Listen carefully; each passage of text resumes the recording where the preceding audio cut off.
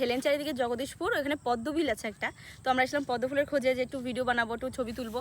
তো এখানে এসে দেখছি কিন্তু পদ্ম ফুল নেই, পদ্ম ফুল এবার হয়নি।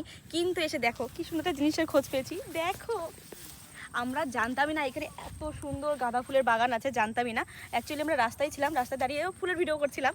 তো এই ফুলের যে মালিক সে আছে, কাজ করছে, জল দিচ্ছে এখানে। তো আমাদের বলছে তোমরা নিচে আসো, এখানে ফুলের মধ্যে ভিডিও বানাও। বলছে তোমরা ভুল দিনে এসেছো মোনা, যদি এখানে জল না দিতাম আমরা ভিতরে গিয়ে ফুল তুলতে পারতে বা ভিডিও করতে পারতে।